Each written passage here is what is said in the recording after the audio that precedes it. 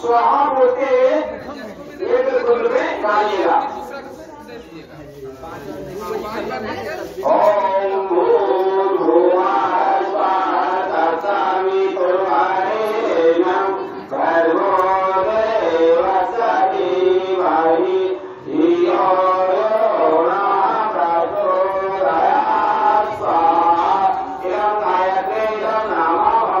ओम भूर्भुवः स्वः तत्सवितुर्वरेण्यं भर्गो देवस्य धीमहि धियो यो नः प्रचोदयात् स्वाहा। इदं गायत्रीं नमामि।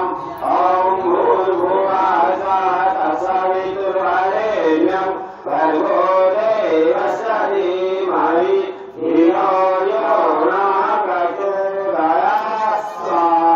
इदं गायत्रीं नमामि। ओम भूर्भुवः स्वः तत्सवितुर्वरेण्यं भर्गो देवस्य धीमहि धियो यो नः प्रचोदयात् स्वाहा। इदं गायत्रीं नमामि।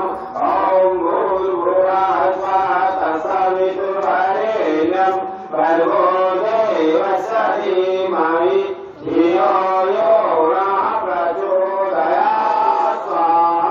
इदं गायत्रीं नमामि। महामृत्युंजय मंत्राहुति। ओम सभी सुखी रहे, सभी हीरो बने, सबका जीवन उज्जवल हो। इन्हीं भावों के साथ महामृत्युंजय मंत्र की 3 आहुति कथा पूरा समाप्त।